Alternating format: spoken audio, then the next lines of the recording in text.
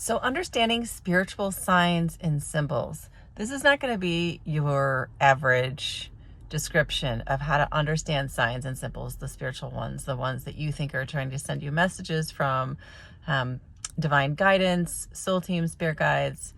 So here's the deal. If you think it's a message, if you can ascertain some meaning from it, then it's a message, because this reality is actually a mirror. And so the meaning is created from you for you. That's kind of a mind-blowing moment. It's like, what? Yes. So let me give you an example.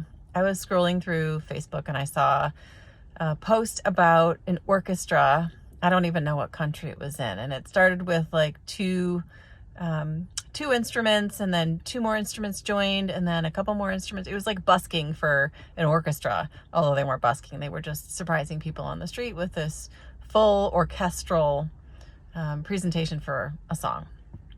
And I was watching it and I was like, oh my God, I get it. I get it.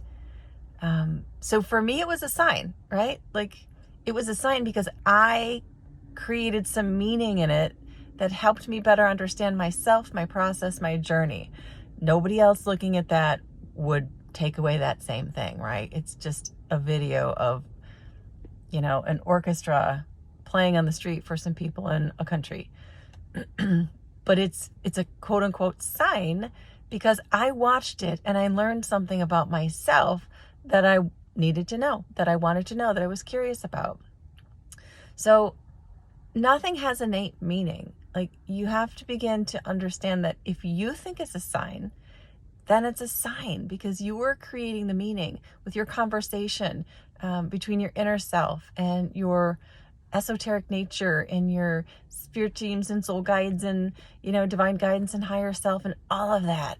It doesn't really matter, what vibration gave the sign and offered the sign, and then it just matters how you receive it, right? How you receive it is all that matters.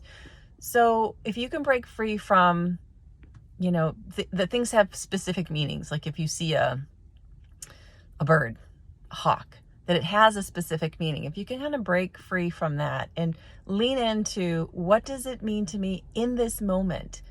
What am I taking away from it in this moment? And don't take away the negative stuff, because it's never designed to be taken away in a negative sense. The universe is unconditional love. That's the basis of it.